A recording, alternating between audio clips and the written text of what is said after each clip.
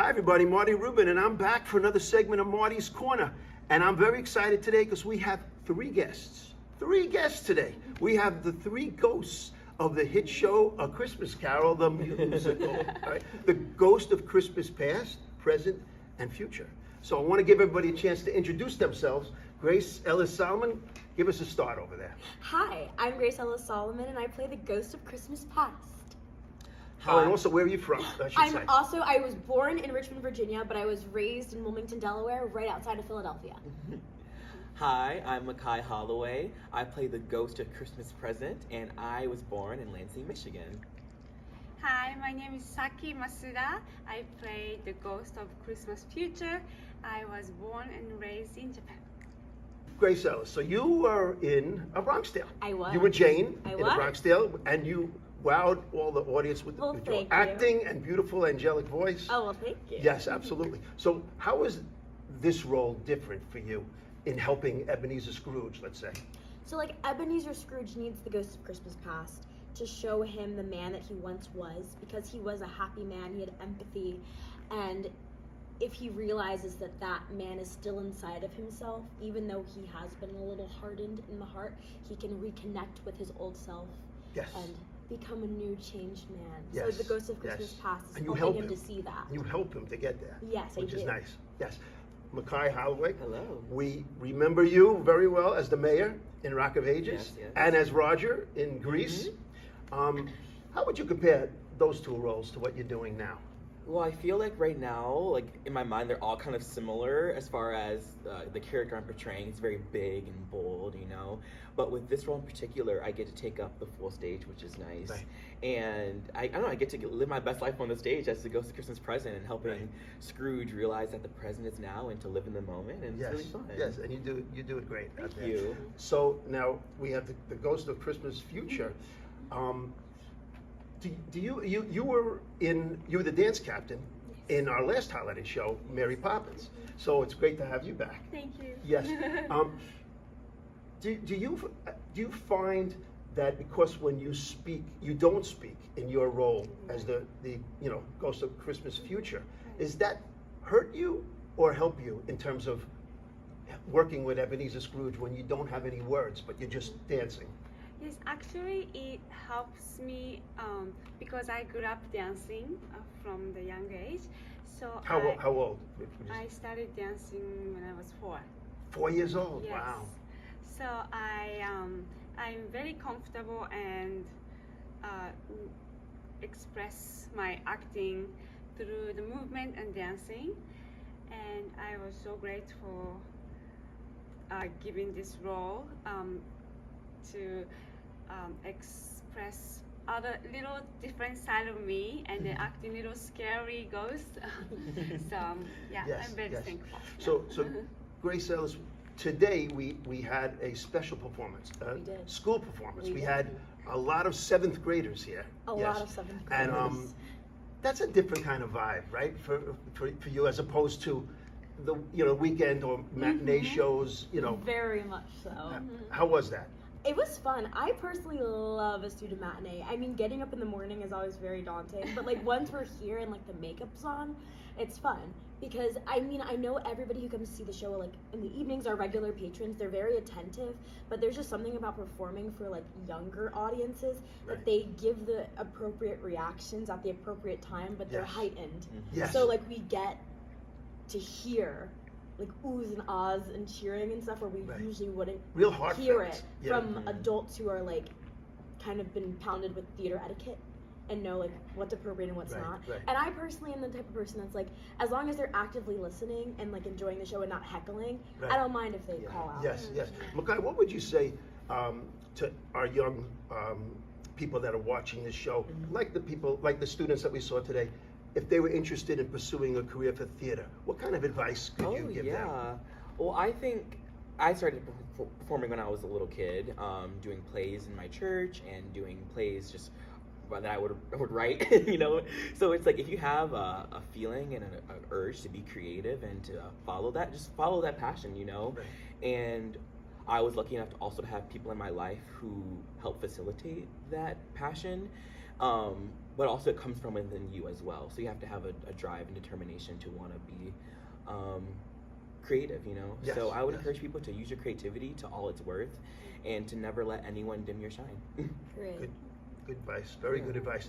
So, Saki, you are the dance captain and associate choreographer of this show. I mean, that's a big responsibility. So, as a big Marty's Corner fan that you are, right? There's always a sports reference coming. Okay, so I played baseball straight through school and in outside leagues, and after I stopped playing, I coached my son for 10 years. So I found that because I played a lot of ball and I knew all the skills, I could teach that, and I had the credibility to show them how to hit or bunt or whatever it might be, throw. Do you feel that you have that same credibility when you're teaching the dance routines to everybody, that they all know how beautifully you dance? Does that help? Does that help you? Yes, I think, yeah, I believe so. I love helping in general people, and it's yes, and then I love being dance captain because I get to know the whole cast, and then the creatives. I get to talk and teach them and advise them, help them, rather than just playing my parts. So I enjoy myself doing that, and I love get to know the show more deeply. Yeah, being dance captain associate. So yeah. Yes. Let me just follow up on that. So, you not only dance, you glide.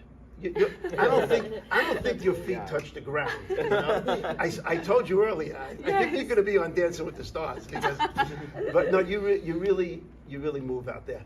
And you know, I think of, again, I'm throwing a lot of sports stuff at you, but a pitcher in baseball, a pitcher has to have physical movement, has to have balance, you know, has to finish. So I'm going to show you what a pitcher does, and I want you to relate that to what a dancer does. So if you have a pitcher and he's zoning in on the catcher, right, and he's starting his windup, he's moving his back foot back and bringing his arms over his head, right? Then he's spinning his leg and he's following through. Okay, I watch you out there, and you finish all your moves. Like, in other words, your hands go up at the end, or if you're wearing a skirt, you fly, or you build up speed. You think I'm not watching? I know this dance. You're building up speed in a short space to move. Okay. I mean, where did you learn all of this? Did you have a mentor growing up, a dance mentor that helped you get to this point?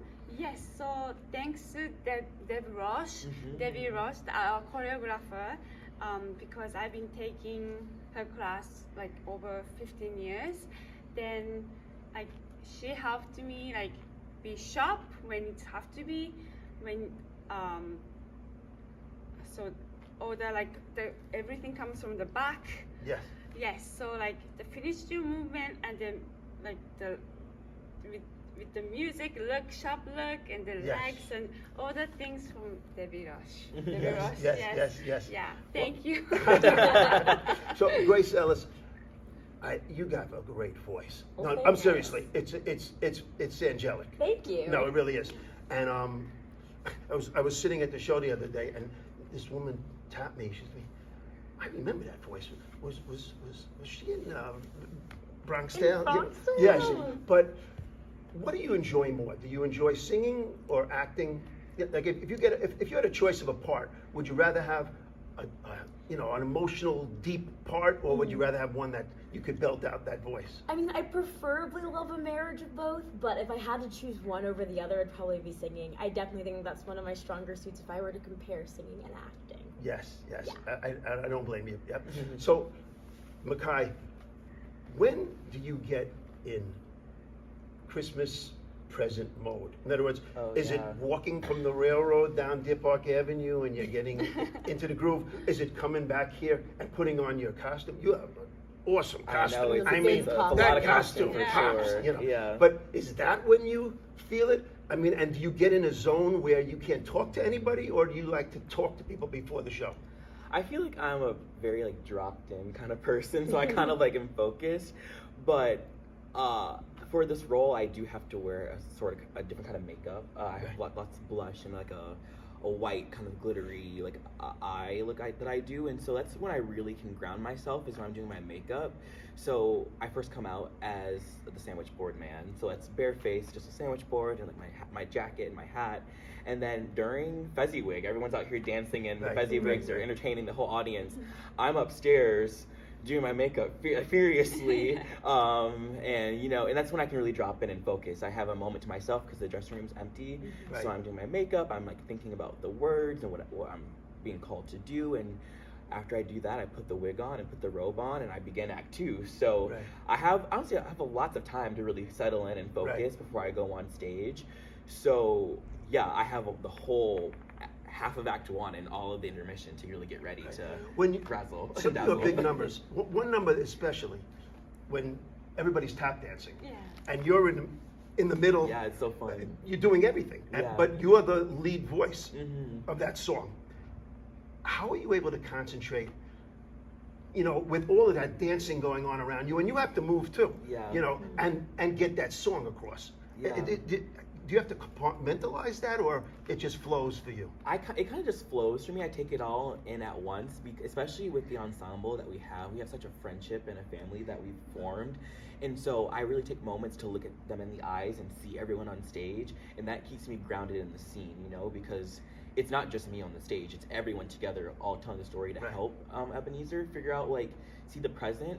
So I have little moments where I look at someone, an individual on stage that we kind of have every single night, that happen every single night, Right, you know, right. or that we can continue to find. And the run has just begun, so I'm gonna find plenty more moments to look at more Yes. people. But like seeing everyone in the eyes and like just seeing their smiles, and they're giving me reassuring looks, I'm giving them reassuring looks. Like Yes. that's what There's a keeps me chemistry grounded. on It's a chemistry, stage. yeah. I feel it. That Everybody keeps feels me it. grounded in the scene for sure, and everyone else Right. as well. Yeah. Now, Saki, you mentioned that you started dancing at 4 years old. Yes. What would you say to your 4-year-old self about your journey to get where you are today? Okay, so I would say to little Saki that Is that what they called you? just keep following your dream, and then just never give up. Yeah, just keep learning. Right. Yeah, always learning. I'm still learning. So yeah, and then just be kind to everyone, and then be the person who wants to walk again. Yes, You know? yes. Yes, Everybody talks very highly of you, so. we trust Saki so much. Yes, Saki. right. So Grace Ellis, I know from when you were in Bronxdale that Yeah. your family came to They see did. you, you know, and they all came up to me and told me that they enjoyed you being on Marty's Corner. So, They all but- watched it. yes, and they'll be watching this, They right? will be watching this Right. one. So when they come, are they coming a Yes, particular date? they are coming. They're coming after Christmas. Okay, so when they're in the audience, now you have to concentrate on what you're doing out Yeah. here.